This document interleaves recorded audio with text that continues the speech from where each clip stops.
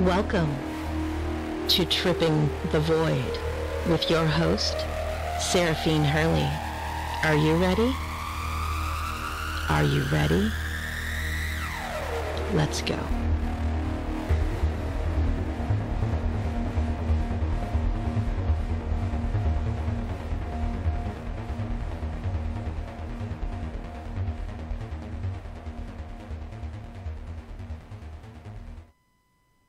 Well, hello, good afternoon, and good morning to some of you. Thank you for joining me here, Saraphine Hurley with Tripping the Void. How are you doing? To me this morning, wow, it's been kind of a trip for me, no pun intended. Thought I lost my youngest cat. I only have two cats, as most of you know. I've got Jujubee, who's going to be 8, and I have Doc Holiday. I call him Doc for short, and he came up missing this morning. The person had come for my laundry drop-off and picked up the laundry and took it. And then afterwards, my kitty was nowhere to be found. And so, long story short, I bawled on Katie's shoulder. Fortunately, Katie's always there. I feel so bad. But my neighbors of about, I don't know, an hour or so-ish later, almost 2 hours later, their car alarm went off for no reason and found the cat. It scared him to the door. So, and he'd never been outside before. So that scared me because I was thinking all kinds of bad things because he's never been outside before and he's a baby. And I'm pretty much his world. He's the most loving, cuddly kitty I've ever had besides Jujubee, who's basically my familiar and my shadow. But now Doc, I can only imagine how scared he was. Now he's clinging to the door. He's not allowed in my office. This is a cat-free zone for many reasons. For some of you that don't know, I'm also a musician / artist, whatever. So there's instruments and electronic equipment in my office that needs to stay for free. So this is the one area of the house that the animals are not allowed. But anyway, wow, it has been a ride this morning already, but fortunately I had the foresight to actually prepare some stuff, and I've been doing that and kind of getting in the loop of getting things done beforehand. And fortunately I did, because otherwise this would have been a big old hot mess and you'd be listening to a recording. And yes, I will go live with video, just not today. And the reason being is because I do need to get a different camera for my laptop, because I'm going to move from laptop to desktop and have a whole new setup so I can be helping a little bit more doing network stuff in my spare time and all of that lovely stuff. So yes, this is a live show. Today we are talking about Japanese urban legends and other lore. The call-in number for today, as usual, is 202-559-7943. And Japanese culture on the whole has always interested me. I mean, they've got written word way before recorded English written word. They've got their stories, and the history alone is just awe-inspiring. And their warriors and tales of ninjas and geishas and, basically courtesans, not geishas like people think that they're painted up fancy ladies of the night. But anyway, but historically speaking, that culture is so very, very interesting. I've been to Japan only a few times in my life, and I've loved it every single time. But the only problem I ever have in Japan is that I am tall for a woman, and being tall anyway, when you're in Asia, anywhere in Asia, is kind of a pain because you feel like you're in the land of the Hobbit, where everything is so teeny weeny, and you feel like a giant, kind of like, what is that story when you felt everything so Lilliputian? And you look down and everything's so far away. It's like, wow, this must be what Godzilla felt like, right? But anyway, Japanese urban legends. I know a lot of people have based a lot of horror movies on urban legend, like Ju-on, The Ring. It's funny. Thunder and Lightning right on cue. Lots of dark legends come from this place. And a lot of them, urban legends, myths, stories, they're usually pretty frightening, creepy stories that send chills down your skin and maybe give you goose flesh a little bit. Most are cautionary tales with morals or warnings, but some of them they've curbed from the olden times, right? And now they're featuring with a more modern setting a lot of times now. Elements of popular culture and dark, often very disturbing aspects. These stories endure much like their cousins from classic folklore and fairy tales because often they have a lesson to teach us. And other times because we just like to be scared. Well, I know, I dare people to scare me. Here are some of the most frightening, enduring, and interesting urban legends and tales that I've found. A lot of these are steeped in history, like a lot of our own urban legends, like we know a babysitter that did this and this is what happened, and or that hook man thing, or the whole thing with the mirror. There's several things that happen with the mirrors, but we'll go over some of the things that happen here in Japan. So yeah. Anyway, we're going to start with the Shirokiya department store deaths. So 1932, on the 16th of December, at this department store, there was a fire. And for those of you who don't know, this was in Tokyo. It resulted in about 14 deaths. It's reported that many saleswomen who were wearing traditional dress and kimonos were forced onto the roof of the 8-story building. Rumors later spread that some of these women refused to jump to safety nets that were being held by firefighters on the ground because traditionally women did not wear underclothing with their kimonos. They were just wrapped in their kimono sheaths, and they were afraid to be exposed and ashamed or defaced if they jumped. As a result, a lot of them perished, and this is the legend, is that a lot of them would rather face the flames and pain of death than fear being shamed by showing their possible parts flying down from 8 stories onto safety, right? So the news went crazy with this, and rumors spread that because of them all being afraid to be exposed, the attention went far and wide, just all over Europe, all over the United States, Canada, everywhere. And it's been alleged that in the aftermath of the fire, that department store management had ordered saleswomen to actually wear Western undergarments with their kimonos as a safety measure. Can you believe that? That's one of those things that actually historically did happen. I did look it up. But can you believe that somebody would die rather than jump to safety? I don't know. I know myself, I might want to go ahead and jump. Even if I was just fresh out of the shower, I would rather jump the 8 stories and risk breaking my neck or my leg rather than worry about being sans clothing. But that's just me, and I'm a little different, right? So another one that I came across, the Sony timer, which some of you may remember. I remember this vaguely from when I think I was a teenager when this came up. It was rumored once that Sony Corporation installed a device in all of its electronic products that caused them to fail soon after their warranties expired. Kind of like an illegal form of planned obsolescence. So making the item obsolete, making you have to either have the item fixed and pay extra money to have the item fixed, or go into the local electronics store and go find another Sony item that is better and that will actually work. So I don't know, have some of you ever hear about this?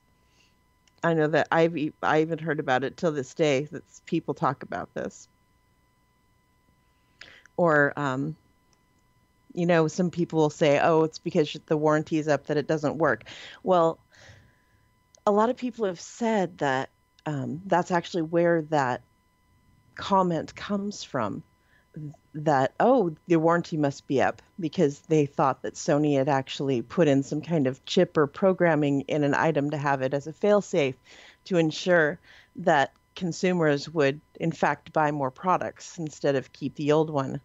But then again, that's kind of a catch-22, because I have a keyboard player that has the same alarm clock he's had since high school. That's a really super long time ago for this guy. I mean, I'm surprised that that thing works, and it's a Sony digital clock, so it's amazing. So, another thing, I don't know if anybody have heard of this one. This was one that I actually didn't even heard of. The cursed Kleenex commercial, right? Anybody ever hear this one? In 1986, Kleenex released 3 Japanese commercials for their tissues, featuring a woman dressed in a white toga-like dress and a child dressed as a Japanese ogre sitting on straw. Each advertisement had the song "It's a Fine Day" by Jane and Barton playing in the background. Many of the viewers found the advertisement entirely disturbing. Some complaints claim the music sounded like a German curse. How many Japanese people listen to German curses? I don't know. But anyway, although the lyrics are in English, because I did hear the song is really kind of strange. It's available on YouTube. So the song is called "A Fine Day" by Jane and Barton, if you ever want to listen to it. Because of its unnerving ambiance, several rumors began to circulate about the cast, such as with the crew meeting untimely deaths, just like here in America with a lot of the cast and crew of The Exorcist, or the cast and crew of Poltergeist movies and some of the other horror movies that we have. But this is a tissue commercial. It's really strange, in Japan. So, so casts meaning untimely deaths through accidents, up to and including the lead actress, Kiko Matsuzaka, either dying, being institutionalized, or becoming pregnant with a demon child. Now, I couldn't find anything about her actually dying from that incident, but being possibly institutionalized or having a demon child, I don't know. Could happen. Stranger things have happened. We all know this. We're here on LNM. The fun never stops, right? Lots of things happen for strange reasons, but demon child and being institutionalized. Well, you could be institutionalized after having a demon child, right? Another historical one that I actually found was the Inokashira Park Curse. If anybody has heard of this one. At the Inokashira Park, which is a lake park, that's one of those parks that's filled with, it's not a man-made lake, it's an actual natural lake and preserve, where they have little rowing boats that you can rent. So this is also in a prefecture in Tokyo. There's a lake where visitors can rent those boats. It's believed that if a couple rides in this one part, and they ride in the boat together, that their relationship will end. I guess the legend is connected to a local shrine that's dedicated to Benzaiten. She's believed to be a very jealous goddess. She causes breakups of those who ride on boats. So I guess, wouldn't people want to be like, I don't know, would it be a smart thing to maybe go and give an offering to that goddess before you went into the boat? Maybe that wouldn't break up your relationship? Or am I the only one that's thinking about this? I don't know. Just a thought. I don't know. Here's an internet one that I found. Red Room Curse. And, this is where Red Room comes from. That's the basis in finding people to talk about in the dark web where red rooms are and things like that. But the Red Room Curse originally came from a story that became an internet legend about a pop-up that appears on a victim's computer. Okay? The image simply shows a door and a recorded voice asks, "Do you like?" Even if the pop-up is closed, it will repeatedly appear until the voice finally completes the question, "Do you like the red room?" Those who have seen the pop-up are found dead, their walls painted red with their own blood.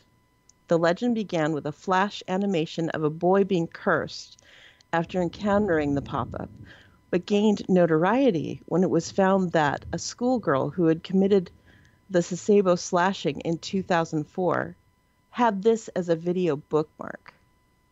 And for those of you that aren't familiar with that slashing, the Sasebo slashing was the murder of a 12-year-old Japanese schoolgirl by the name of Midetari Satsumi by another 11-year-old female classmate, the one who had the video bookmarked on her computer. The murder occurred on June 1st of 2004 at an elementary school in the city of Sasebo in Nagasaki Prefecture. The murder slit Midetari's throat and arms with a utility knife. Well, as some of you don't know, a utility knife would be like a box cutter, so that would have been pretty gory. So she went, I saw the pictures of this. She not only slit up her arms and everything, and it was pretty bloody, but she slit her throat too. After all of this was said and done, and her parents, of course, were very, very horrified, along with the rest of the town, she did not see jail time. However, she was institutionalized because she believes that it was the pop-up that made her do it, even though it was found that the girl was bullied and things like that. But the pop-up on her computer screen happened, and then the murder happened, which I don't find it to be too much of a coincidence, do you? Once again, this is a live show, and the call-in number is 202-559-7943. If you've heard of any of these urban legends or you have anything to add to them, that would be awesome to hear if you have anything to sound off about any of these that I've been mentioning here. The Curse of the Colonel. Yeah, that Colonel. Which I found pretty surprising myself because I had not heard of this one. Not that I know all in CL, but I do have a tendency to read a lot on the internet and in books and do a lot of research. But the Curse of the Colonel was interesting to me. It's supposedly suffered by the Hanshin Tigers baseball team. So in case some of you aren't familiar with Japanese culture in the larger cities, they really love baseball. And this is cited as cause of the Hanshin Tigers' poor performance in the Japanese Championship Series. In 1985, the fans of the Tigers celebrated the team's first and only victory of the series, and in their excitement, threw a statue of Colonel Sanders, yes, the founder and mascot of Kentucky Fried Chicken, into the Dotonbori River. Since the incident, the team has yet to win a championship again, and some fans believe that the team will never ever do so again until this statue is recovered. Now, the statue was finally discovered, which took me a little bit of time to figure this out. It was discovered in that river on March 10th of 2009. The divers who recovered the statue at first thought it was a large barrel, and then shortly after, a human corpse. But the Hanshin fans on the scene were quick to identify it as the upper portion of the long-lost Colonel Sanders. The right hand and lower body were found the next day, but the statue is still missing its glasses and left hand. Of all the things to be missing, at least he's only almost whole, right? Hopefully the Colonel's not left-handed, right? I know he must need his glasses to see, but now we get into some of the ones that are a little more ominous, which I definitely encourage people to be looking things up and to be reading more about some of these things, because some of them are founded in history or in murder cases or things that have led up to the storylines. But I do strongly caution that some of these stories are not for the faint of heart, or the pictures that go along with them either. Some of them are pretty shocking. So I guess people in that area are a little more callous to things of this sort, but I digress. we'll move on to Acamanto, which means red cape. Red cape is a spirit who haunts bathrooms. They are really big on bathroom lore in Japan. I found that there's like, I don't know, half a dozen or so bathroom spirits, but this one was kind of interesting considering, because this is a man who haunts the last toilet stall purportedly in women's or girls' bathrooms, which is kind of creepy when you think about it. Just that alone, without adding the fact that he's a spirit, is somebody to hang out in a ladies' bathroom, right? Some women and girls have reported that he is a very handsome man, and he wears a mask to cover up the fact that he is a handsome man. It's like, okay. So, but a lot of people describe this person, or the spirit rather, wearing a mask to cover, which has caused him stalking problems in life. So I'm wondering if this person was alive at one point and was stalking women's bathrooms with a red cape and mask. Questions. I always have questions in my head. So when the unlucky victim is in the restroom using the facilities, a mysterious voice will ask them if they want red paper or blue paper, which, well, being in America, that's kind of a strange question, but apparently in Japan you can have different colors. If you answer red paper, you're killed violently and drenched in blood. If you ask for blue, you are strangled and or bled dry, leaving your face, your skin with a very blue pallor. Attempting to ask for any other color of paper will result in hands appearing, sometimes coming out of the very, let's say, toilet you are sitting on. So that would be strange, wouldn't it? And those hands reportedly will drag you into the fires of hell itself. In other versions, the ghost will simply ask you if you want a red vest. Would you like a red vest? Shall we put on a red vest? And if you say yes, he will then rip the skin from your back. You could also ask if you want a red or blue cloak. The only answer that will spare the person is to refuse anything that he offers. Now, if you met a phantom in a restroom while you're using the facilities, would you be so apt to be speaking to that person in the first place? You never know. Now, the fatal fare. A lot of places and angles, stories, horror movies talk about phantom cars, phantom taxis, phantoms getting into taxis and taking them places. Well, this story concerns a lone taxi driver, just any taxi driver, making his way along a dark, deserted road at night. The legend goes that a person will suddenly appear from the darkness and hail the taxi. The person will sit in the back of the car and will ask to be taken to a place the driver has never heard of. When the driver mentions this, he's assured that he will be given directions. The passenger then feeds the driver increasingly complex directions, which leads them down streets and alleys, through many towns, and even in some instances, all the way from the city to the countryside. After traveling this distance and still seeming no closer to any destination, the driver becomes uneasy.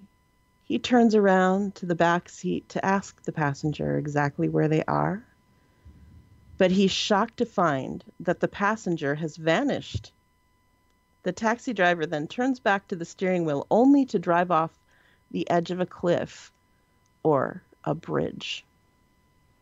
And this has actually been reported several times. There's police reports even up until I found at least a couple of years ago, where people or taxi drivers had reported that they had a fare in the back of their car and it vanished, and the car ends up stranded, or they are on the edge of a cliff, or their car went down an embankment and they have no likely reasons as to why it actually happened. Or they can barely describe the person getting in the car, except for the fact that usually it is a young man. It's not really, like, I'd say a younger man, maybe in his early mid-20s. And it's just basic, nothing really striking about the person, just that the person's average and like person's in the middle of nowhere-ish and hails a taxi in the middle of the night. Who knew he maybe came from one of the local clubs or bar establishments needing a ride, and the taxi driver is between fares and just decides to pick up this person and ends up in the predicament that he ends up in, right? Poor guy or girl. I have a taxi story, getting a little bit off topic, but still on the same topic. This did not happen in Japan, but in Washington, where I'm from, one of the second apartments that I ever lived in, I was sitting up one night and I got a knock on my door. And it was a taxi driver. And the taxi driver asked me for a fare. And I'm like, well, there's nobody here that asks for a taxi at all. I've just been sitting here watching TV, whatever, but just here by myself. And he told me that a girl had actually gotten out of his taxi and ran up to my apartment, got into my apartment, and that's how he found me and knocked on my door, because he thought the girl would be in the apartment. And I thought that was craziness until it happened a second time. Another taxi driver showed up and knocked on my door. And it turned out to be the same thing. It turned out that I had a ghost of a woman who kept taking taxis. I guess she's walking down the road. They pick her up walking down the street. And she lived in my apartment. Apparently the girl had gotten hit by a car and passed away that way. But I guess ghosts take taxis. I never paid the fare because I didn't take the taxi myself. But I thought that it was super strange that that would happen more than once. You know, I soon after actually left the apartment for different reasons. I actually moved into a home. But it was kind of crazy. Or another time with taxis, there's a lot of stigma around taxis. I don't know why. There's strange things happen all of the time. I know taxi drivers must have some really strange stories to tell. If I could ever talk to one for more than a few minutes other than riding in a taxi, which they're usually not real talkative, right? When I first moved to this apartment, in which some of you already know, which I've already shared my story, the person who lived here previously committed suicide, and his wife, because his wife had left him and took their child. I had ordered a taxi because my car was in the shop and I couldn't get a loaner because their loaners were already gone. So I took a taxi and I gave the guy my address. And the guy is Middle Eastern, but he turned white as a sheet and looked right at me. After I gave him the address, he's like, "Don't I know you?" And I'm like, "No, I have never met you before in my life. I'm not in the habit of taking taxis. And, you know, I take different kinds of transportation, but not usually regular taxi." And he's like, "I know this address." And I'm like, "Okay, so we'll just go forward." And we sit in front of my apartment for a second, and he keeps looking at me in the rearview mirror. And he's like, "I know what it is. You look just like her." I'm like, "Who her?" "The woman that used to live here." The woman's name was Helena. She was from Germany. I won't give her last name. But apparently I look very similar, which if you've ever seen me, I don't really look similar to too many people. I'm kind of different looking. But it really kind of took me back a second to know that not only am I living in this dead man's apartment, well, was his apartment before mine, but getting in a taxi completely random at another place, going to my apartment and having this guy look at me and know or think that he knows who I am. I mean, if you've had anything like this happen or have heard of anything like this, I'd definitely love to hear about it, because I could keep going on and on about strange coincidences. Going back to Japan here, Gozu. Gozu, or oxhead, cowhead. This relates to hanging. A lot of cultures hang cow heads, goats' heads, for different reasons, during different seasons, for different reasons, different gods and goddesses, deities, whatever. But this has to do with symbolic cow decorations as well as skeletal remains. The cow's head story is so horrifying. I'm actually not going to recant it, but it's so horrifying that people who read it or hear it are overcome with fear so great that they either tremble violently for days just thinking about the story until they die, ultimately. One variation involves a school teacher who is on a school bus, and they're all on a field trip. So because all the children are bored and he's getting bored too, he tells a group of school children the story. This results in the children and teacher becoming catatonic and losing their memory. Other variations include the details that no one is able to retell. The story, since they die after hearing it. Can you imagine dying after you hear a story? Just almost like dying laughing after hearing a joke.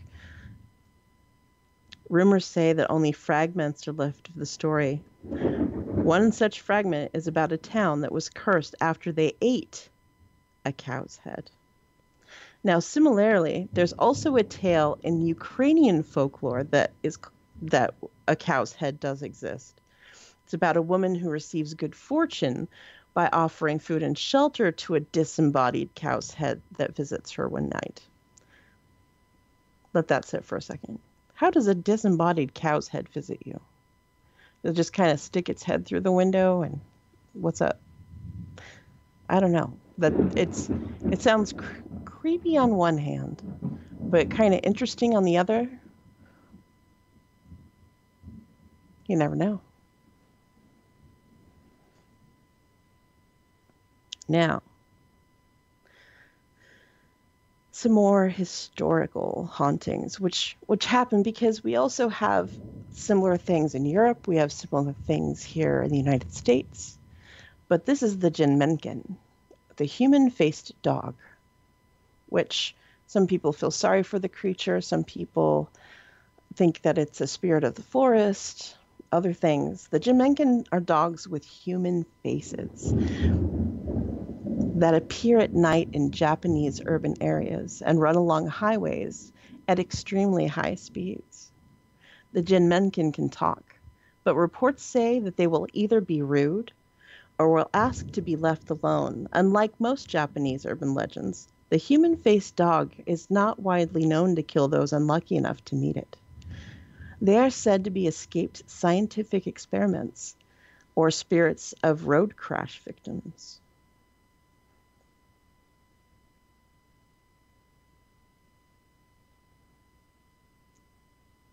Now, this one I found pretty interesting because I even found videos up until a few months ago of people actually doing this.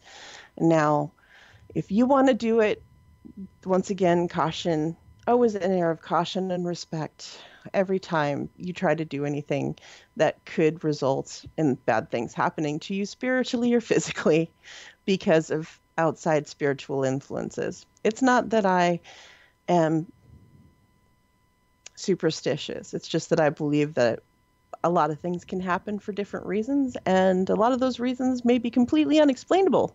And because of that unexplainable factor, paranormal factor, whatever other factor you want to throw at it, just throw a dart and pick a word, right?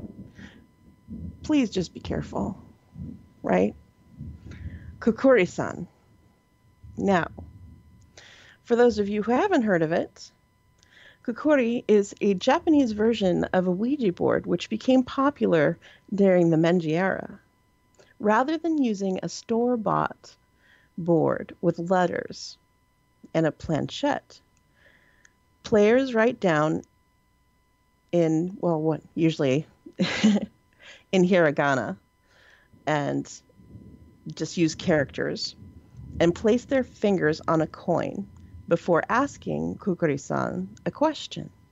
This is a popular game in high schools and similar to the Western Ouija board. Rumors and legends surround it. A lot of people use paper coins, things of that sort. But once the coin is in play, this is super important. They don't mention this. Once you start playing this game, because a lot of people go to haunted places or places that have had horrible things happen just to push it. And I get it. I get the thrill. I get everything that goes along with that. However, if you lose the coin, you're going to stay up all night trying to find it, because once that coin is in play, it's in play forever until the questions are answered. Okay? You got that? So, some include, around these board rumors and the legend surrounding all of this, Kukuri-san only telling players the dates of their death, which I never ask anything like that of anything anywhere. I don't know why people would even want to ask that question. While others say you can ask Kukuri-san anything, but you must first finish the game correctly, either by saying goodbye to Kukuri-san before leaving the table, or by disposing of the Kukuri game utensils within a certain time limit, such as spending the coin that you use, or using up the ink and the pen using to write the hiragana. Failure to do so will result in misfortune or death for the players. There's also videos of people playing this. Now, there's a lot that goes on with this game. Like I said, not only do I strongly caution you, but the implements are much like something that you would use in a spell. So once you start using stuff like that, you make sure that you take care of it, that you dispose of it all correctly, and the whole 9 yards. Because even when a tiny little website will tell you a little bit about a game, I mean, there's scads on this, but you want to make sure that you read about it, you know about it before you pick up and do it. I mean, this is something where you could ultimately be playing for something that you may not want to pay with. That ultimate price is a doozy, definitely. They make no bones about it. Anything that I've ever read about this game is, I mean, they've even said that there's a pair of sisters that are associated with this game that spiritually have attached themselves. I don't know that to be true because I'm not going to be messing with that game anytime soon. Just because I don't like to do stupid things on purpose. But should you want to go ahead and do stupid things on purpose, that's totally your prerogative. But I don't encourage it. I encourage learning about it, however. Doing, probably not. Once again, we are live today. The phone-in number is 202-559-7943. If you have anything to say about this game, the taxi service tales, or any of the other tales that we're about to go into, definitely call in and tell me about it. Or if you do have a tale of your own to share, Japanese, legend, or otherwise, please do tell me. I'd love to hear it. Now, here's a tale for the ages. I came across this tale long ago when I was a teenager in the days of AOL. I know, I say AOL, and everybody can hear that awful dial-up noise, right? Wait for it. Can you hear it? I knew that you could. Waiting for that dial-up, and then you've got mail, right?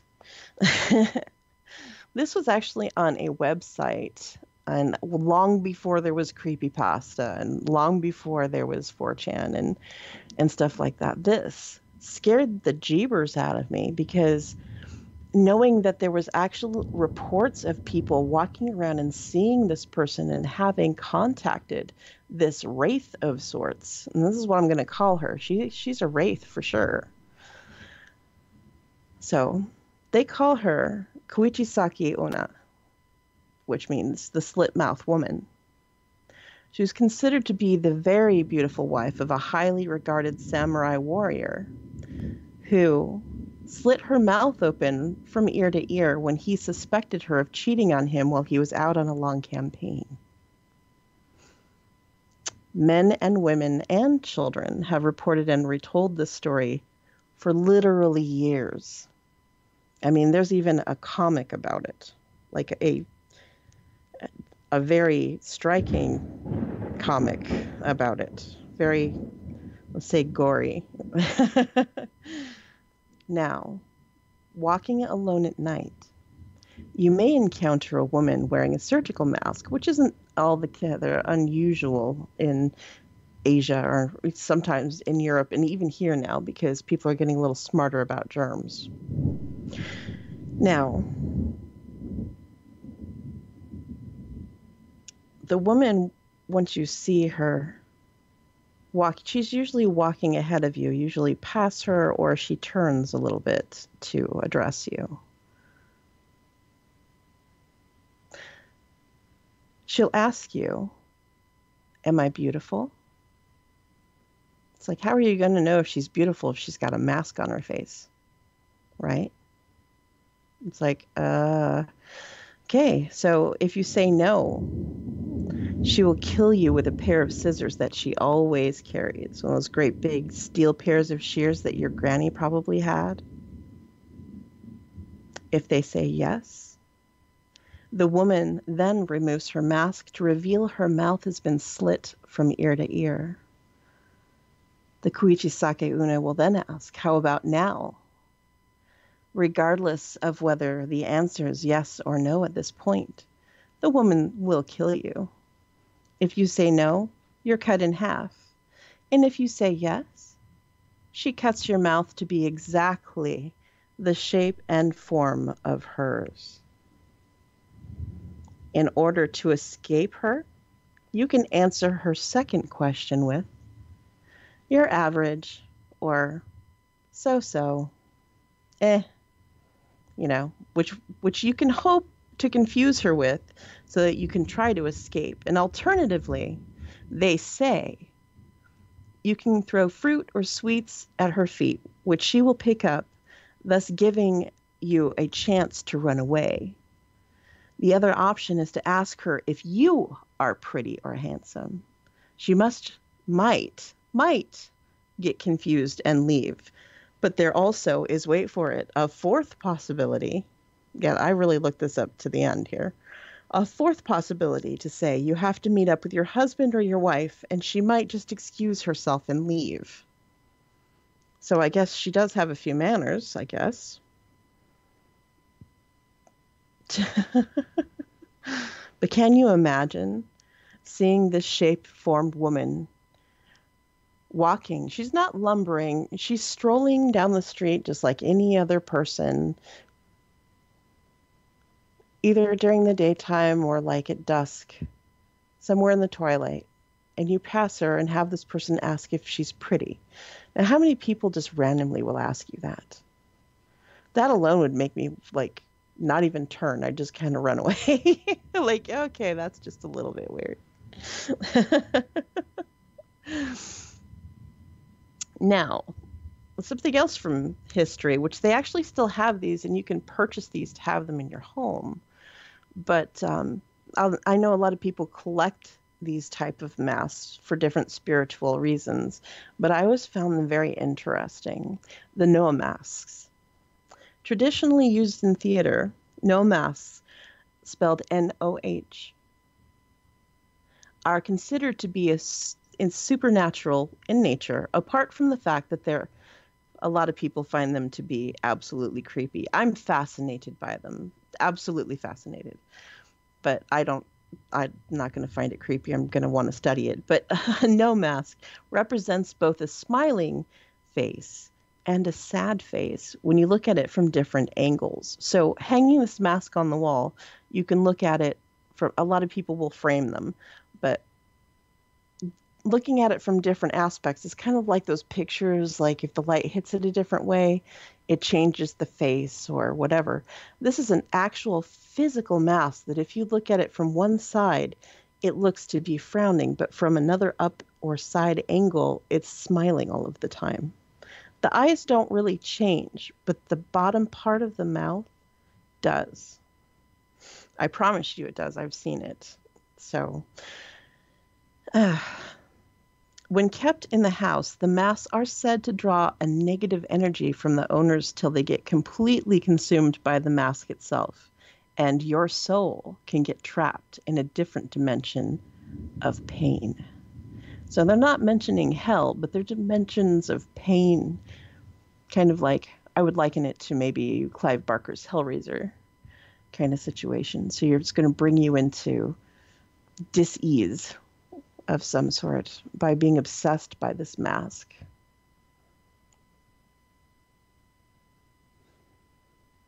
They have several different versions of this mask. The traditional one doesn't really look, it's very androgynous. It doesn't really look male or female. It just looks like a human face of sorts, a human doll face that you could either wear or display in your home. Now, we get to something that you could actually see. I know that I sent pictures, I don't know if they came through or not, but the Okiku doll, which some of you may have heard of or may not have heard of. The Okiku doll is a mysterious doll supposedly possessed by the spirit of a child, has captured the curiosity of people of Japan for decades. The legendary Okiku doll, named after the girl who long ago used to play with it, is a 40 centimeter, which is approximately 16 inches, tall, kimono-clad figure with beady little black eyes and hair that grows. The Okiku doll has resided in the Meninjin Temple in the town of Imaminzawa in the Hokkaido Prefecture since 1938. According to the temple which it resides, the traditional doll initially had short cropped hair, but over time it has grown to be about 25 centimeters, which is about 10 inches long, down to the doll's knees. Although the hair is periodically trimmed, it reportedly keeps growing back. It is said that the doll was originally purchased in 1918 by a 17-year-old boy while visiting Sapporo for a marine exhibition. He bought the doll in Sapporo's famous shopping street as a souvenir for his 2-year-old sister, Okiku. The young girl loved the doll and played with it every single day. But the following year, she died suddenly of a cold. Yeah, the common cold, she died of it. The family placed the doll in the household altar and prayed to it every day in memory of Okiku. Sometime later, they noticed the hair had started to grow, that there was seen as a sign that the girl's restless spirit had taken refuge in the doll. In 1938, the Suzuki family moved to Sakhalin, where they'd placed the doll in care of the Meninji Temple, where it has remained ever since. Nobody has ever been able to fully explain why the doll's hair continues to grow. However, one scientific examination of the doll supposedly concluded that the hair is indeed that of a young child. I find that to be absolutely interesting, that it's got human hair that grows. I know that that's not the only object that does that, but we're talking about Japanese culture right now. But this doll still exists. You can actually go to the temple in Meninji and see it. And you can't touch it, but you can get close enough to look at it. And some people allow to take pictures within the temple, even though I think it's a little bit rude to do so. But once again, I'm a little funny, I guess. But I find it very interesting that the doll's hair would continue to grow even after being cut and for years. But it just shows you that items and just things that you would find inanimate actually become animate either over time or animate anyway. Spirit, no spirit. What do you think about that? I mean, do you think that a doll could have hair that grows? Other than, I don't know, whatever that Barbie was in the late 80s, early 90s, I think. She had hair that grows. I guess there was a barber doll as well that you could cut its hair and then spin it so it would grow. You could get a set to regrow its hair and chop it off again. But to have a doll have human hair and to have science agree that is the hair of a human child. If you don't find that to be just a little bit creepy, just a skosh creepy, well, I don't know. Like I said, stranger things have happened. And on that note, we can go ahead and go to a quick break. But remember, the show is live and Tripping the Void with Japanese urban legends and lore. And the phone-in number is 202-559-7943. See you in a minute. Are you intrigued by Paranormal Talk Radio? You'll love the new Paranormal Radio app from TalkStream Live. You'll find a great selection of talk shows covering UFOs, ghosts, strange phenomena, and much more. Download the Paranormal Radio app now and start listening to the very best in paranormal talk entertainment, including the network you're listening to right now, the Paranormal Radio app, free in Google Play and the iOS App Store. Tired of the third dimension? Then tune into the Empowered Lightworker as we look at the incredible changes happening on this planet now. I'm author and channeler Caroline Oceana Ryan. Join me as I speak with authors, musicians, psychics, shamans, ET experiencers, people with insights that take us out of the illusions of everyday life and into new dimensions. Join us for the Empowered Lightworker, Tuesdays at 12 p.m. Pacific, 3 p.m. Eastern. You're on LNM Radio Network.com in Studio B.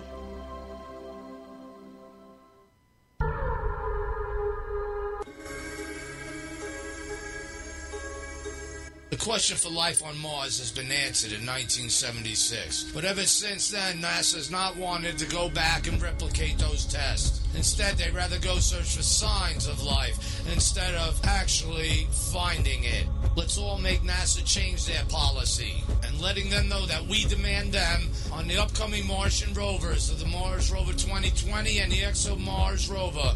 We would like Dr. Gil Levin's life detection controlled label release experiments on board those rovers. It is about time. Is it about our fate? Please join the Dr. Gil Levin's Martian Revelation Life Validation Campaign. Please go to www.thefacesofmars.com and scroll down the page and click on the glowing, blinking link for Dr. Gil Levin's Martian Revelation Life Validation Campaign. You will get to read all the information of what this is about. Please support us and please support the campaign as a White House petition is going to be in place. And this is just to let know to you all of what's coming, so when the day comes, you all go to sign it. Because we need 100,000 signatures within 30 days for it to float President Trump's desk, as well as the chair of the National Space Council, Vice President Pence. Please join the Martian Revelation, and please help Dr. Gil Levin in his quest for validation and vindication of life on Mars.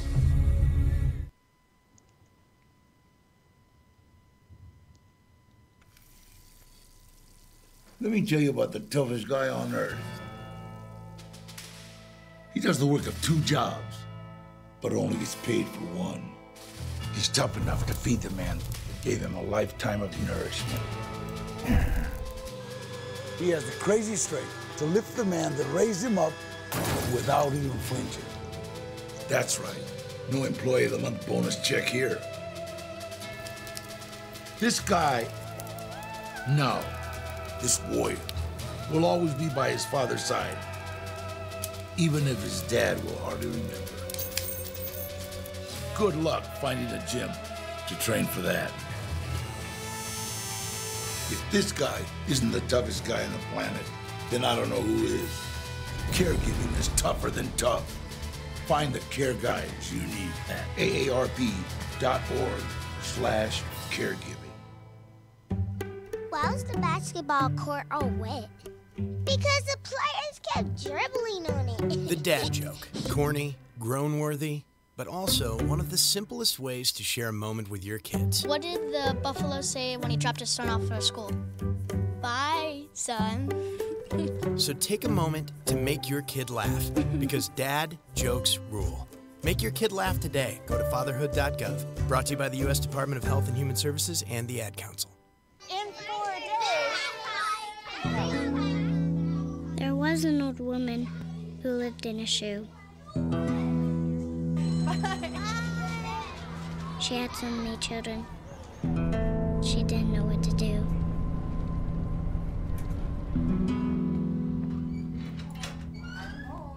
Did you have a good day at school? She gave them some broth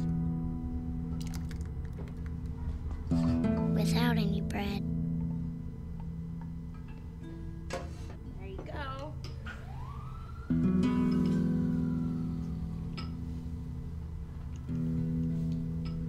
And kissed them all soundly. Night-night. Good night. And put them to bed. Hunger is a story we can end. End it at feedingamerica.org.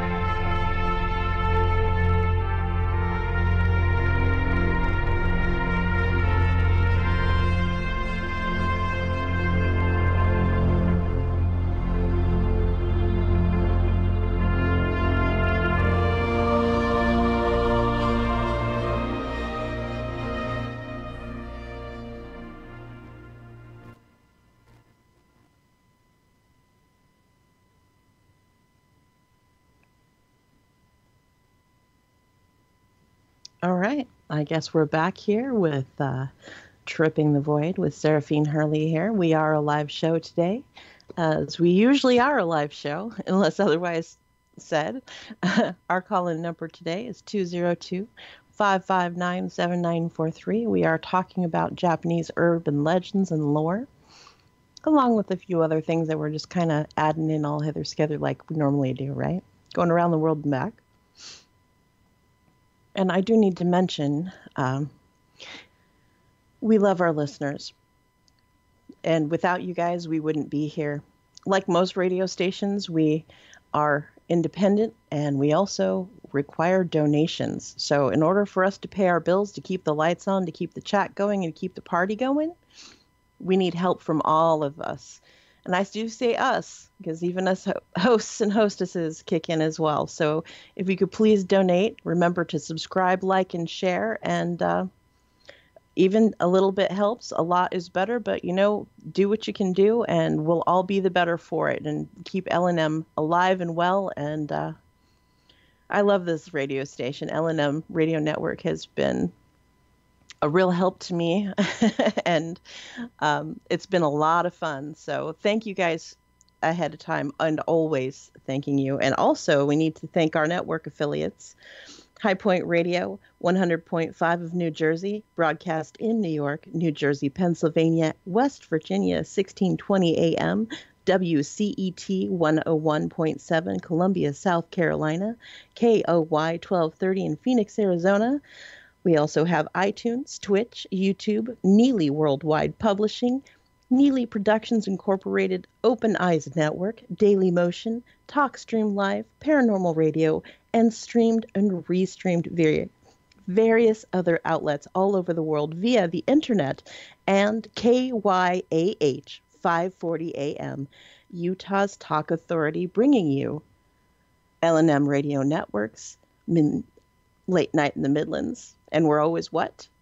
The home of the truth. So can't shake that, can't even beat that with a stick, right? But definitely can buy it for $1. Anyway, once again, we're talking about Japanese urban legends and lore. I know some of y'all have been talking about dolls in the chat rooms. If anybody has any doll stories they'd like to share. I know there was one that just came up recently. I'd like to know a little bit more about that one. That was kind of interesting. I didn't get a chance to see too much about it. I think it was WJP that posted that one. Once again, our call-in number is 202-559-7943. And now we're going to talk about the girl in the gap. Now, it's not just Japanese lore that believes this. There's lots of other cultural, historical stories or beliefs that believe that looking into dark enclosed spaces like that little crevice in your couch or the drain hole in your sink or that little tiny peephole between the closet wall and the closet door or that gap right in your dry cleaning bag, that if you were to look in there, that something is going to look right back at you. The girl in the gap could be one of those things. Japanese superstition holds that a spirit lives between the gaps of things, like furniture, slightly open doors. If you lock your eyes with the girl in the gap, it will ask you to play hide and seek. But while playing, if you were to see the eyes in the gap again, you will be instantly transported to hell. Now, why would you want to be playing hide and seek, number one, and then being able to lock eyes with this creature or entity?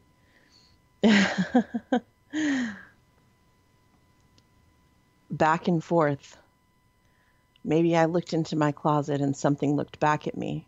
The first thing I would be doing is I would not be saying, oh yeah, let's play tag. Let's play hide and go seek. No, I'd be grabbing my gear and taking pictures and going, wow, texting Jen, you're not going to believe this. I'm not going to be, looking around to see if I can't share a glance again across the room with this thing. If especially wants to drag me to some place called hell. I mean, come on.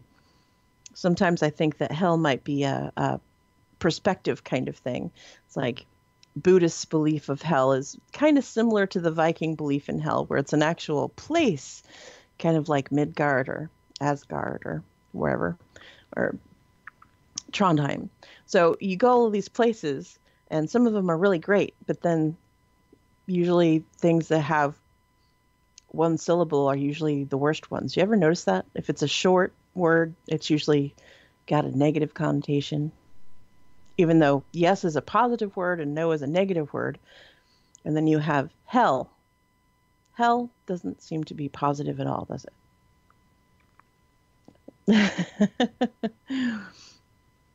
And while we're on the subject of hell, Tamino's hell. Now, this was an internet legend going back to the days, I would say about 6 or 8 years ago-ish. You can still see videos about it. You can still hear about it. There's pictures. There's pictures of the poem itself. Once again, the cautionary tale, Tomino's Hell, is a poem by Sanjo Yaso. According to internet legend, the poem curses the reader with misfortune and death if read aloud. There are a few possible ways to interpret the disturbing symbolism. So, well, once again, this poem's actually pretty beautifully written. It's pretty interesting. But the symbolism is either believed that Tamino has murdered his parents and is now suffering in, once again, the Buddhist idea of 7 circles of hell, almost like Dante in his version, or the author is symbolically describing the feeling of his survival's guilt after the passing of his mother, sister, or father.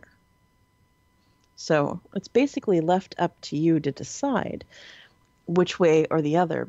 There's kind of a disturbing picture that goes with it, which I don't know. I couldn't see whether or not Tamino actually did the picture himself or if somebody added the picture afterwards. But the picture's fairly disturbing as well. And it's not because it's gory or satanic, and I use satanic in bunny air quotes, or any of those things of that sort. It's just that it's just kind of disturbing to look at. Just the way it is. So, another thing that I ran across here. Dream school.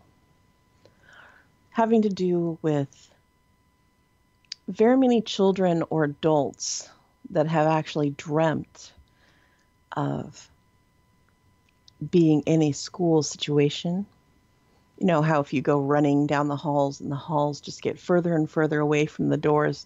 And once you get to the doors are changed. It's not like that. It's a little different than that. According to legend, if you don't forget this story within a week, it will happen to you. So if you're worried about being cursed, then don't read on. Obviously, I'm not worried. One night, a boy had a dream about a school. It was a school that he didn't recognize, and as he wandered the halls, he became increasingly unsettled. The hallway he walked down was a continuous loop, always bringing him back to where he started. He climbed the stairs only to find himself back on the first floor. The school was a maze he couldn't figure out, and as he started, he becomes scared, completely scared. He heard the sound of footsteps behind him. The sound was faint and far away, but instinctively, he ran. The footsteps got closer and closer. He found an emergency exit with a glass lockbox that held the key right next to it, but the glass had already been smashed. The key was missing, and in its place, there was a note that said the key was in 108, room 108. The boy ran off in search of room 108, and when he found it, he shut the door behind him. There were no students. There were backpacks hanging off every chair, though. He searched them all frantically, turning out the drawers of each of the teachers' desks, but there was no use. The footsteps caught up with him. Now someone was pounding on the door, and as the boy cowered, the pounding just stopped. The boy opened the door to the hallway, but quickly wished that he hadn't. The corridor was littered with dead children, their limbs scattered from end to end. He never woke up from his dream. And if you don't forget the story in 1 week, you'll have the same dream and be resigned to the same fate.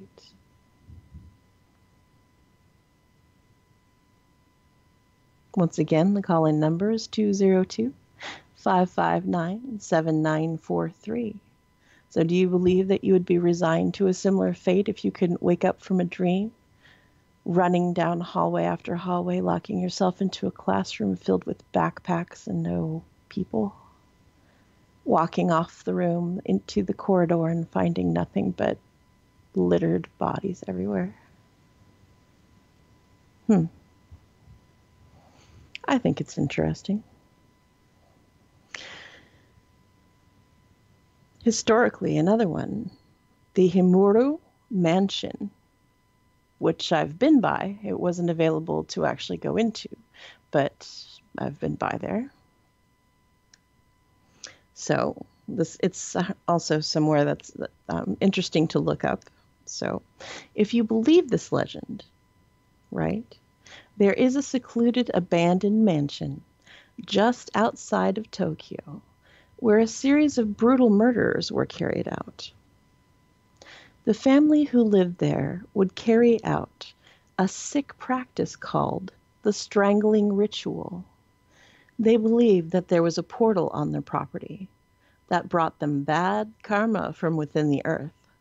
So in order to seal the portal, they would choose a local village girl at birth, raise her in isolation, then tie her wrists and ankles and neck to 5 oxen, which would rip her limbs and her head off of her body. They would then take the rope, soak it in her blood, and lay it at the entrance of the portal. This protected them for 50 years. But something went wrong during the last ritual. The woman who was supposed to have been raised in isolation had formed a bond with a man who tried to rescue her. Because of this, the ritual didn't work, and the patriarch, the father, murdered his entire family before falling on his own sword. Now, the mansion is said to be haunted by his family. Rumor has it that the walls are splattered with blood. Fresh blood. The blood of unfortunate people who go looking for the mansion, looking for a thrill, not knowing that the ghosts of the family are waiting for the next victim of the strangling ritual. Now, would you carry on murders for 50 years? 50 years. Can you think about how many people would have been involved in killing? I mean, just the death toll alone, trying to find a way to hide the bodies,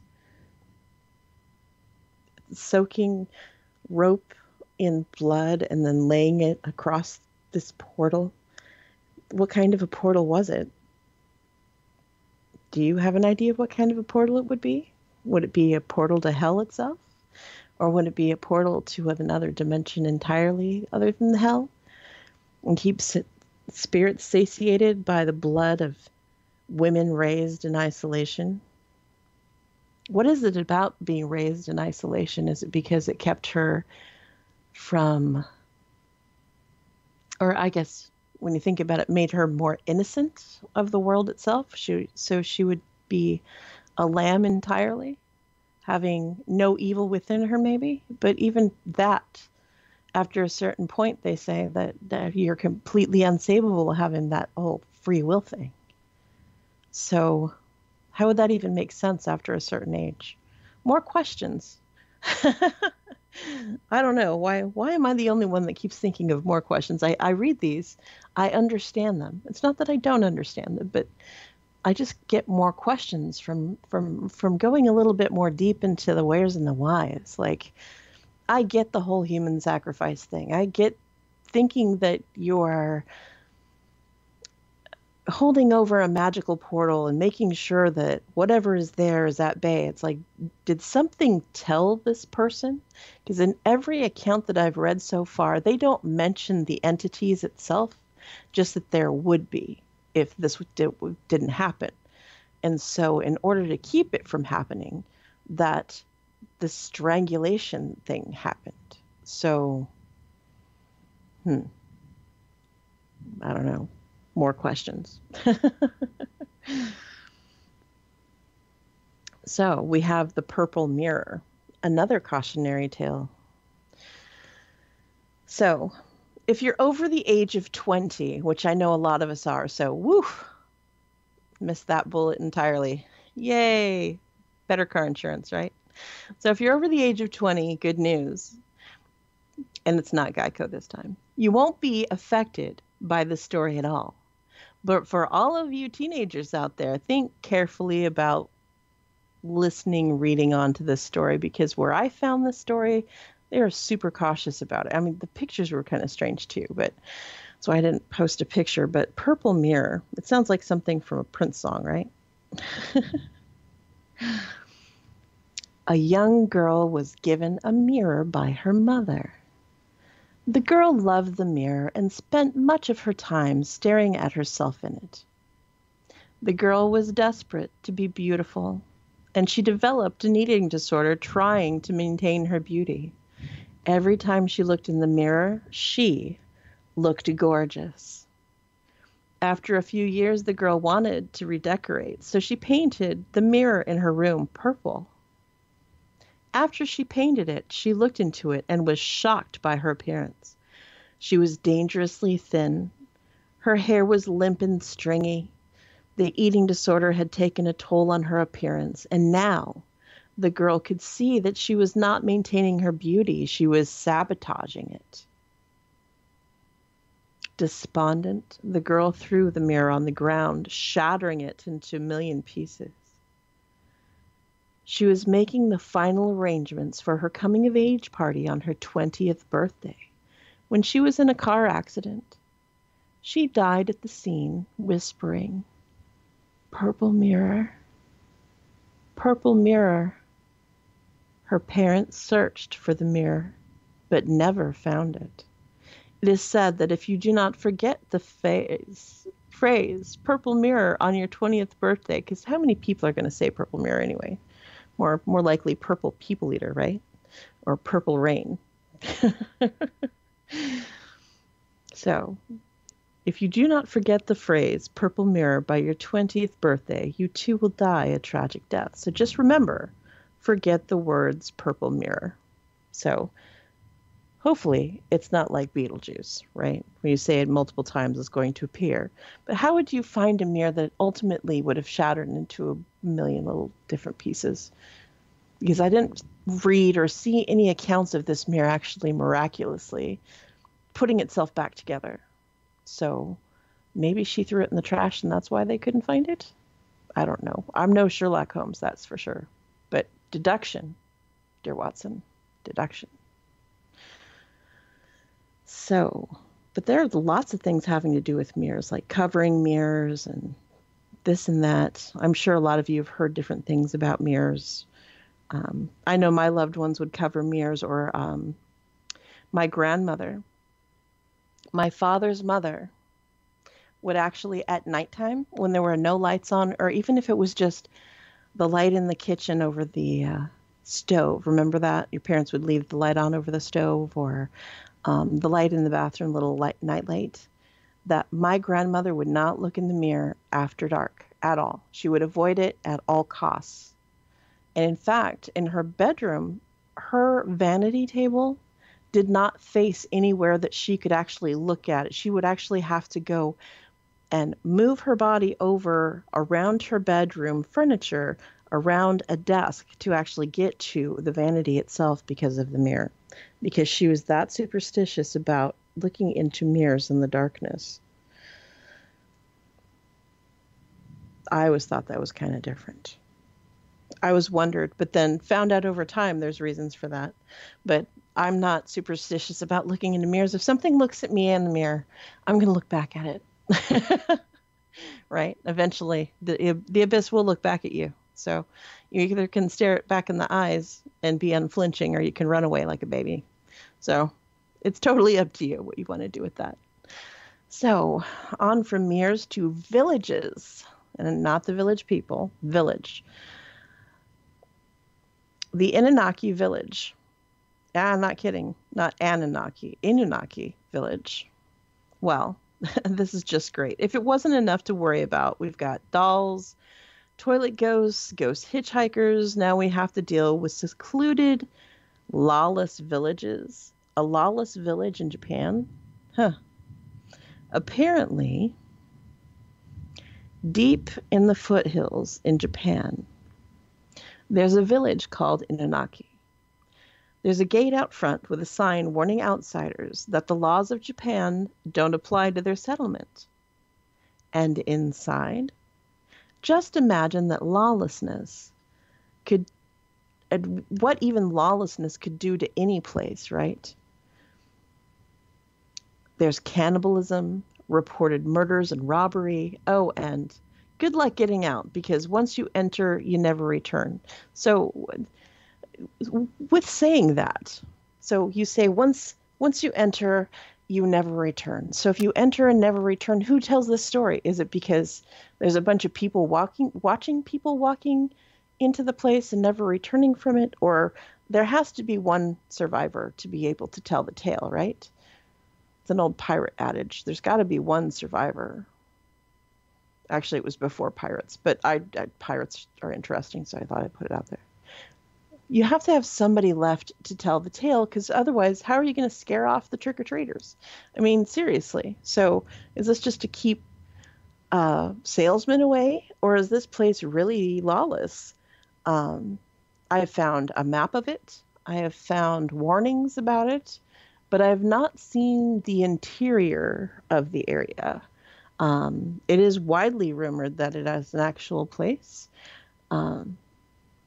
where cannibalism, murder, robberies. I mean, wouldn't you kill yourselves off as a culture if you were just, or do you wait like in that movie, 10,000 Cannibals, like with Robert Englund in it, where I'm not talking about the Freddy movie, I'm talking about the actual movie, where this place just waits for people to come to its festival or whatever, to stumble upon it, and then all heck breaks loose. I mean, would you just be waiting around for willing and unwilling victims? And then, huzzah, let's break out a keg and start carving people up? I mean, what do you do in a situation like that? Just kind of, like I said, I just keep having more questions the more I read some of these.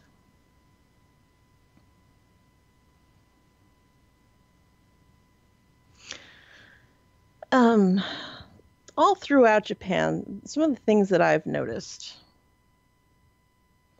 and it's not just the culture in and of itself, but it's the things within the culture, that it's not just the belief systems and everything else, but you run across things that make you, it's not just that you think about it and wonder if it's true, you know that it's true.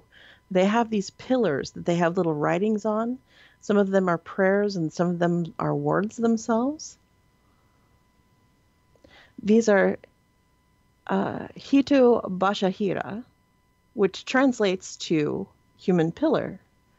This is an old ritual from Japan, and they're everywhere in Japan, even in places that you wouldn't think. I mean, you could be walking through the woods and find these things. In ancient times, through the 16th century, and actually beyond the 16th century, they don't like you to know it, but it's true.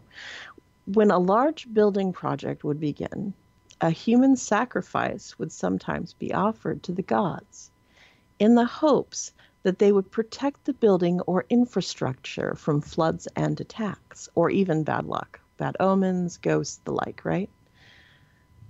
The person would be buried alive under or near the project. Unsurprisingly, this former practice has spawned a few urban legends.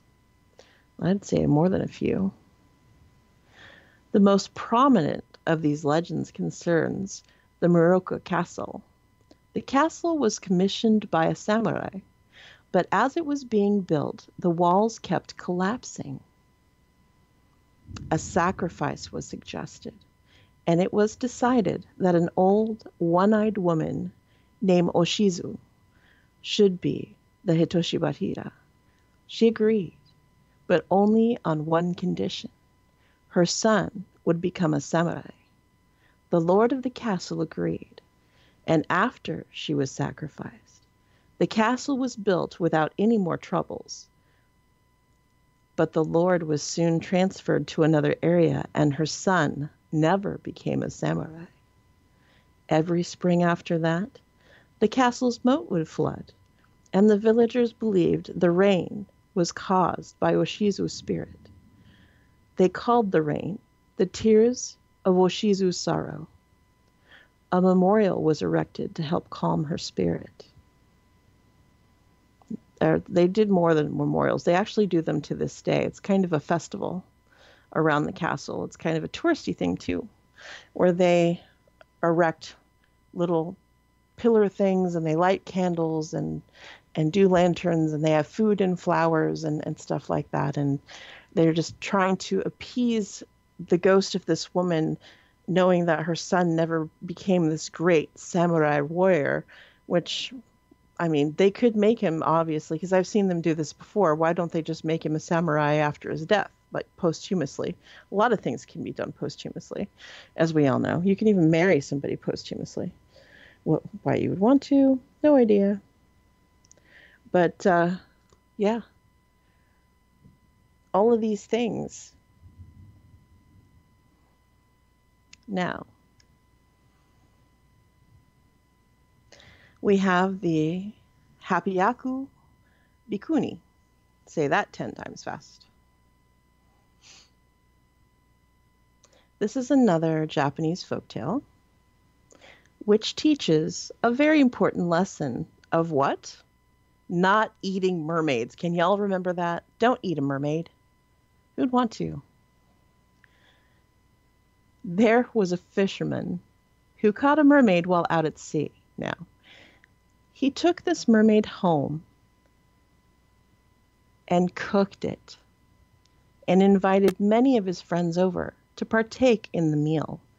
But he didn't tell them what he was cooking. Mermaid, the other white meat. It's like, that would be some strange sushi right there. And one of the guests slipped into the kitchen and saw the fish he was butchering had a woman's face. He warned the other guests not to eat it, and they all slyly sipped their servings of fish. Some of them put the fish into their pockets as they ate. So how would you decipher one fish from the other? I guess it was a stir fry of sorts, I guess. One man forgot. He forgot to empty his pockets after he slipped away some of this mysterious mystery mermaid meat. And when he returned home, his daughter asked for a treat. He too had too much sake, like most partygoers would, and without thinking, gave her the fish. Everything was fine until years later, and she realized that she was no longer aging. No longer aging. The woman married several times, outliving all her husbands, and as they grew old, she did not. Eventually, the woman realized she could do a lot of good with all the extra time that she had on earth, and she became a Buddhist nun. She dedicated her life to the cause, eventually rising through the ranks of the religion and giving this story its translated title. And there's a book about it, actually. It's called The 800-Year Buddhist Priestess. Can you believe that? The 800-Year Buddhist Priestess.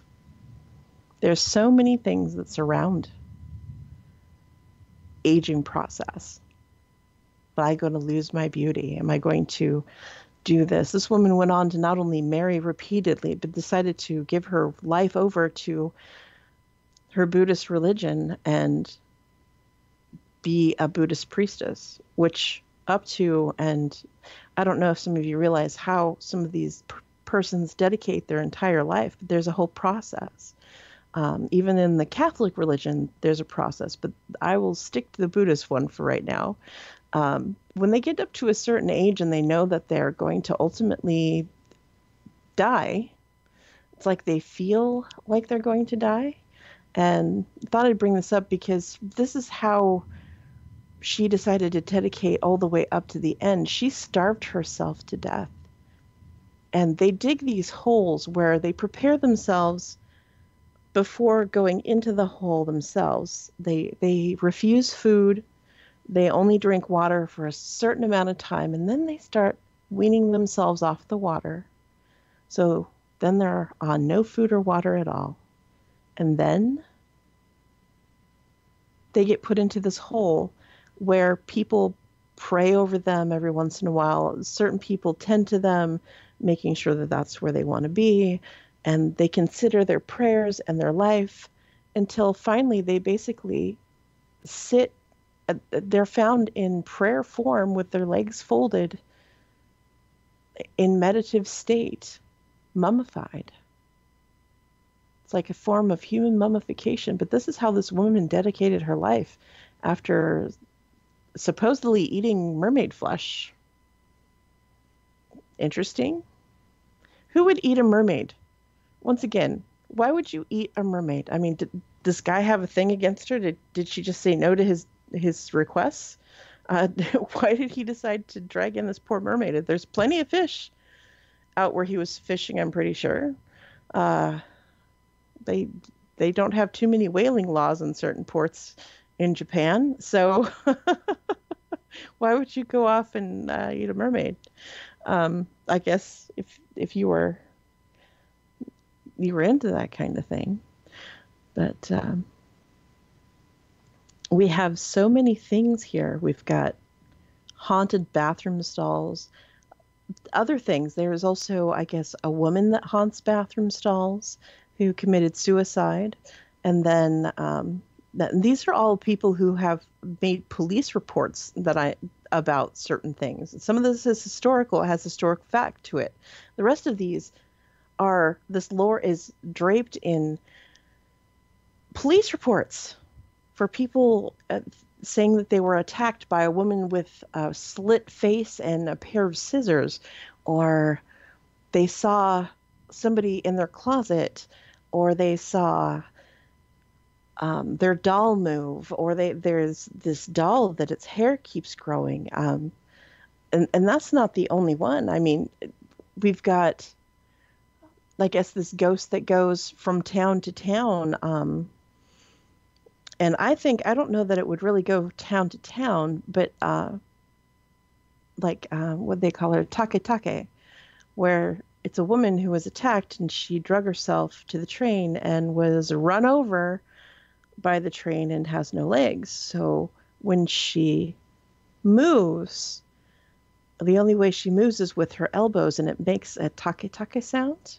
And there's actually a horror movie of the same name where the only way to get away from take is to outrun her. You know how many people have made reports about being run down by a woman without legs? A feral woman without legs coming from the railroad tracks. You believe that? Another one of take is, that's why I think it must be multiple phantoms or wraiths or ghostly apparitions, because one of them reports that it was a beautiful woman looking out of a windowsill at this businessman, and he would pass her every single day, right? And he would see her every single day. So having seen her every single day, he stops to speak with this woman, and she whispers, and her whisper is so quiet that he's got to get closer. And he gets closer and closer. And she jumps.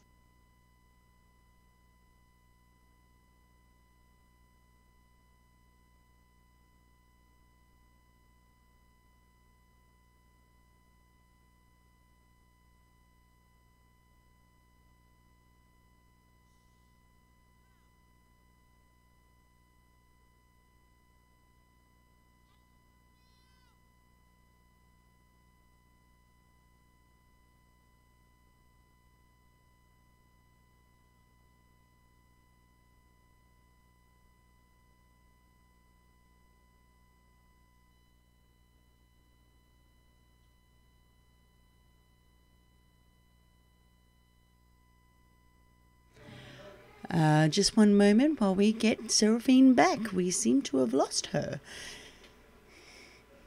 I'll just go to the ads. One moment. Hello. And we are back on, Saraphine. Are you there? Maybe not. Can you hear me? I can hear you. Okay. You can continue on. You dropped out for some reason then. All right. We're having one heck of an electrical storm here, and I thought the power surge got caught by the surge protector, so sorry about that. Everything went down. So thanks for holding in with that technical glitch there. I really appreciate it. But I don't know how much of that you caught, but like I said, some of us with our Western ears and eyes reading some of these tales are going, huh? Right? And not understanding how exactly some of this would go down, right?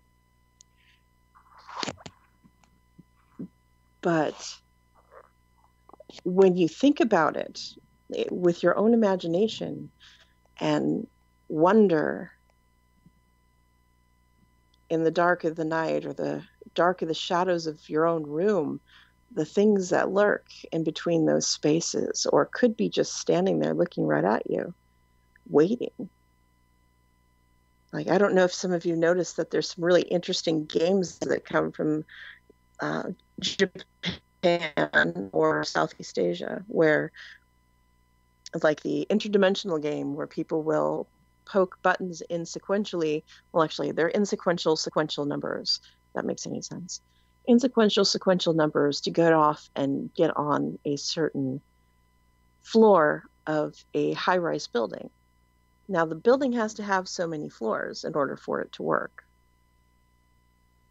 And so, with that being said, they go and they're trying to evoke the ghost of this woman. Now, you're in a race of time with this woman of lore. Okay? People have reported seeing her and being run down by her. And people have also reported deaths occurring playing this game, just like with other games that I've mentioned in this session here on this show. That don't let the ghost run you down. Because if she catches you, she's going to take you straight to hell. Well, at least the version of hell that they believe you get taken to, if you believe in that kind of thing. Also with the Ouija board games, the coin game. They've also brought in Charlie, which was also in a recent film of the last 5 years. The Charlie Challenge was all over YouTube for quite a while.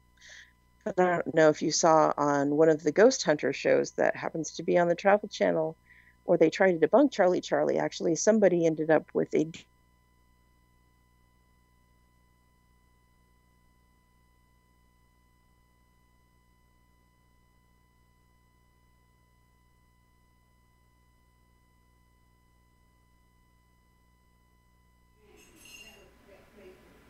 Are you there, Saraphine? Okie dokie, I think we might be going over to a break.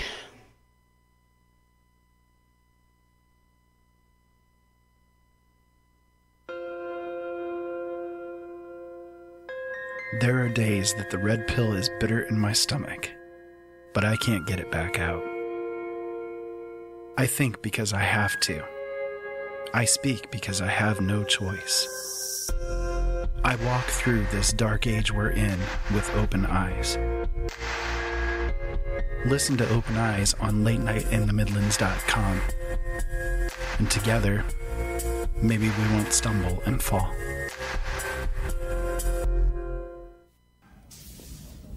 Data. The sensors can't penetrate the planet's ionosphere. There's too much interference. Can you find a way to scan for life forms? I would be happy to, sir. I just love scanning for life forms. Life forms. You tiny little life forms. You precious little life forms. Where are you?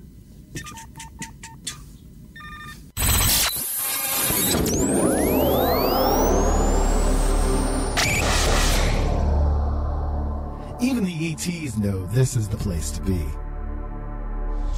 LNM Radio Network. You can listen to the LNM Radio Network 24 hours a day, 7 days a week through the Paranormal Radio app. Available from LNMRadioNetwork.com or TalkStreamLive.com on both Android and Apple. Our call to listen line is open 24/7. Dial 701-719-9704 so you can listen on the go. Ever wanted to be sure your robot slave was behaving?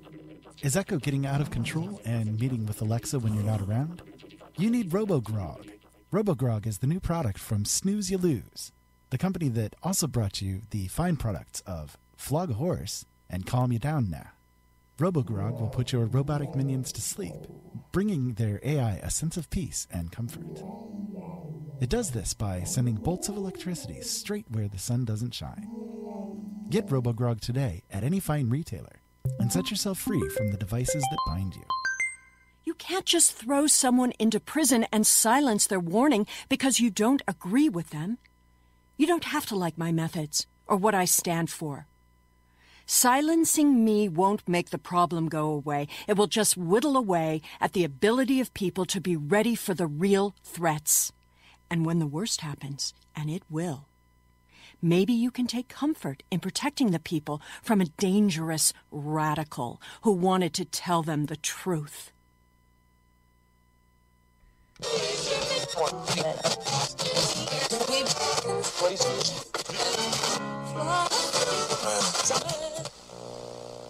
Tired of searching for great talk and great information?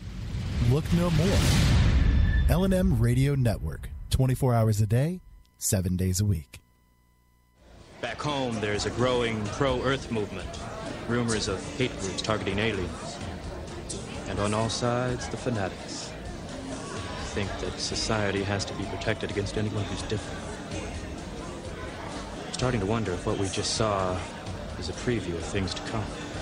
I can't believe we'd be that foolish. Santayana. Those who do not remember the past are condemned to repeat it.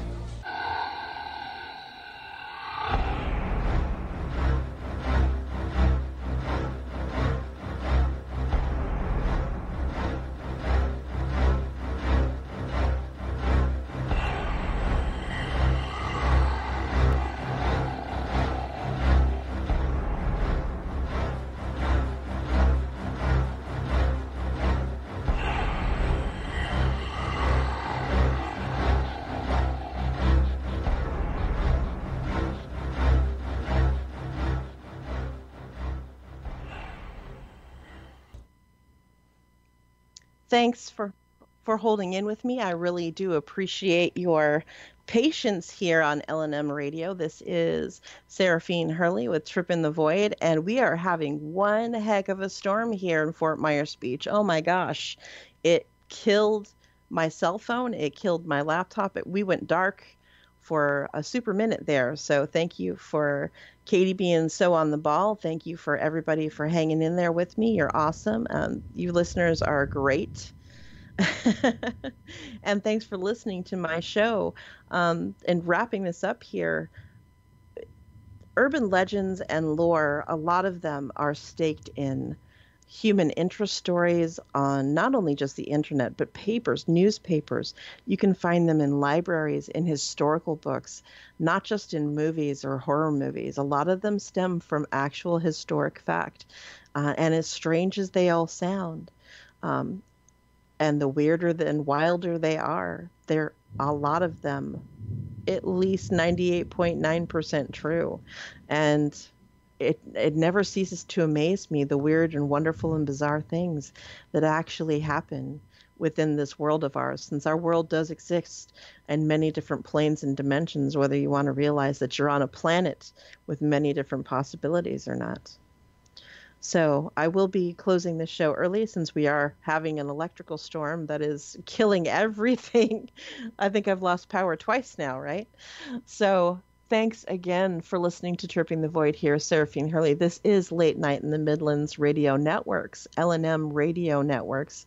And thank you to Michael Vera, Katie Kamara Neely, and Daryl Neely. Thank you so much for your love and support, as well as you, the listeners. And once again, this is Saraphine Hurley for Tripping the Void. You can find me again on Mondays and Thursdays on Infinite Inquisition from midnight to 2 a.m. with the ladies of LNM Radio Networks as well. So we'll see you there. Enjoy your weekend. Bye-bye. This has been Late Night in the Midlands, Tripping the Void with Saraphine Hurley. I know I enjoyed the trip. Until next time, Saraphine Hurley with Tripping the Void. Later.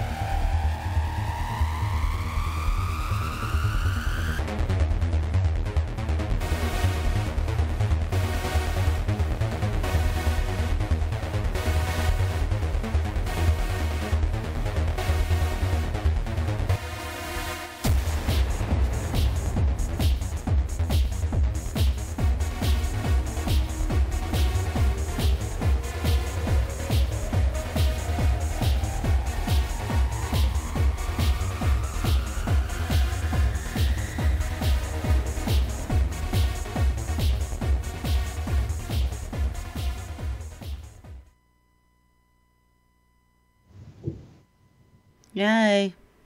Yay. How you I am doing? so sorry. I didn't expect the storm to take out everything, and I have... No, that's good. I don't mind. It's all good. We can finish early. It's not like it hasn't been done before, and it's like we'll play 13 minutes worth of music. It's all good. That's what I have. It wasn't like it was that early, right? Yeah. There's another... The next show starts at 4. Cool. So people can just listen to music for a little bit. It's not going to matter because there's no commercial music there. Well, thank you so much for being on the ball, and that actually wasn't